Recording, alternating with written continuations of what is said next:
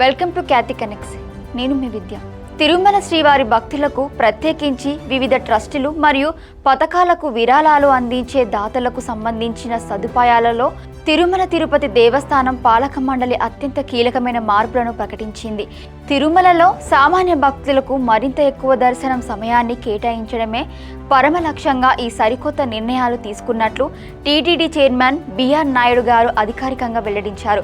తిరుమలలోని అన్నమయ్య భవనంలో జరిగిన బోర్డు సమావేశంలో విరాళాల నిర్వహణలో మరింత పారదర్శకత తీసుకురావడానికి సరికొత్త పాలసీని ఆమోదించారు. దీనితో పాటు తిరుమల శ్రీవారి ఆలయంలో నిర్వహించే నిత్య హారతులపై కర్ణాటక ముఖ్యమంత్రి డీకే శివకుమార్ చేసిన వ్యాఖ్యలపై చైర్మన్ బిఆర్ నాయుడు గారు తీవ్రంగా స్పందించడం ఇప్పుడు ఏపీ మరియు కర్ణాటక రాజకీయాల్లో పెద్ద దుమారానికి కారణమైంది. టీటీడీ బోర్డు తీసుకున్న ఈ చారిత్రాత్మక నిర్ణయాలు మరియు వివాదాల తాలూకు పూర్తి వివరాలను ఈ వీడియోలో చూద్దాం.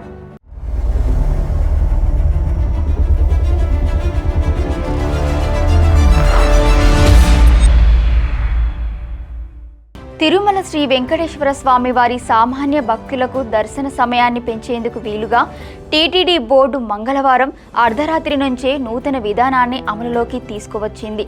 అయితే ఇప్పటికే విరాళాలు ఇచ్చిన పాతదాతలకు పాత సదుపాయాలనే కొనసాగిస్తామని బోర్డు స్పష్టం చేసింది.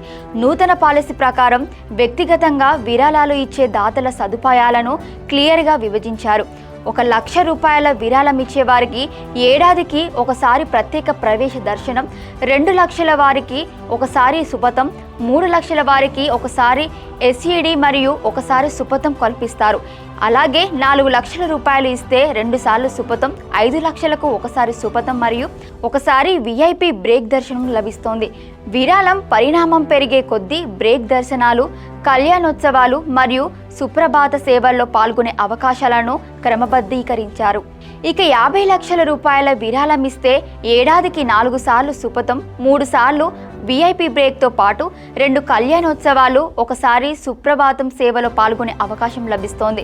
1 కోటి రూపాయలు విరాళంగా ఇస్తే 4 సార్లు సుపథం, 3 సార్లు విఐపి బ్రేక్, ఒకసారి సుప్రభాత సేవలు మరియు 3 సార్లు కళ్యాణోత్సవాలకు అనుమతిస్తారు.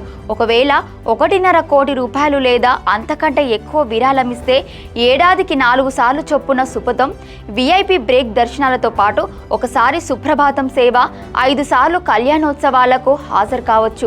కంపెనీలు, ట్రస్టులు మరియు ఫామ్ దాతలకు కూడా ఇదే తరహాలో ప్రత్యేక స్లాట్లను కేటాయించారు. విరాళాల వ్యవస్థను కమర్షియల్గా కాకుండా సామాన్యుడికి ఇబ్బంది లేని రీతిలో రీడిజైన్ చేయడమే దీని ప్రధాన ఉద్దేశమని బోర్డు పేర్కొంది. కేవలం దాతల సదుపాయాలు మాత్రమే కాకుండా తిరుమల పరిపాలన మరియు భక్తుల వసతులకు సంబంధించి టీటీడీ మరికొన్ని కీలక నిర్ణయాలను ఆమోదించింది. వచ్చే ఏడాదికి సంబంధించి శ్రీవారి డైరీని 10 లక్షలు, 12 పేజీల క్యాలెండర్లు, 75,000 ముద్రించేందుకు బోర్డు ఆమోద ముద్ర వేసింది.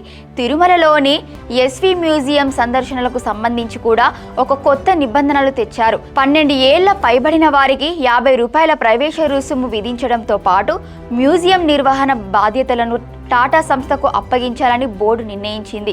దీనివల్ల మ్యూజియం నిర్వహణ అంతర్జాతీయ ప్రమాణాలతో సాగుతుందని, భక్తులకు ఆధ్యాత్మిక అనుభూతి కలుగుతోందని టీటీడీ భావిస్తోంది.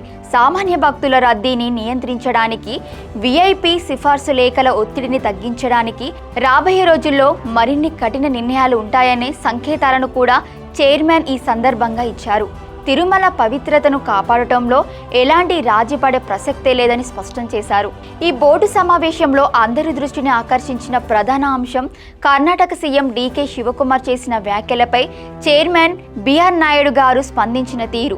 తిరుమల శ్రీవారి ఆలయంలో నిర్వహించే నిత్య హారతిపై డీకే శివకుమార్ చేసిన వ్యాఖ్యలు తీవ్ర దుమారం రేపాయి.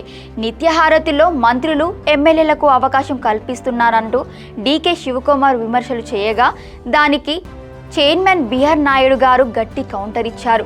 డీకే శివకుమార్ గారికి తిరుమల సాంప్రదాయాలపై కనీస అవగాహన లేదని చైర్మన్ స్పష్టం చేశారు.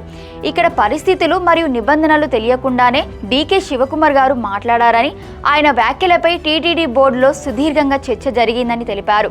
ఇక్కడి వాస్తవ పరిస్థితులను వివరిస్తూ డీకే శివకుమార్ గారికి టీటీడీ తరపున ఒక అధికారిక రీజాయిండర్ పంపిస్తామని చైర్మన్ ప్రకటించడం గమనార్హం. ఒక పొరుగు రాష్ట్ర ముఖ్యమంత్రి మంత్రి తిరుమల లడ్డు లేదా సేవలపై మాట్లాడేటప్పుడు పూర్తి సమాచారంతో మాట్లాడాలని, అవగాహన లేకుండా మాట్లాడటం వల్ల భక్తులలో అనవసరమైన అపోహలు కలుగుతాయనే నెరేటివ్ను టీటీడీ బలంగా వినిపిస్తోంది.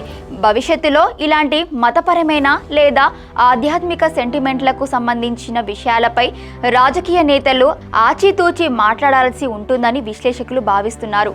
దాతల సదుపాయాల్లో మార్పులు చేస్తూ టీటీడీ బోర్డు తీసుకున్న నూతన పాలసీ నిర్ణయాలు మరియు కర్ణాటక సీఎం డీకే శివకుమార్ వ్యాఖ్యలపై కౌంటర్గా రీజాయిండర్ పంపాలనే చైర్మన్ బిఆర్ నాయుడు గారి ఆదేశాలు తిరుమల పరిపాలనలో పారదర్శకతకు నాంది పలికాయి.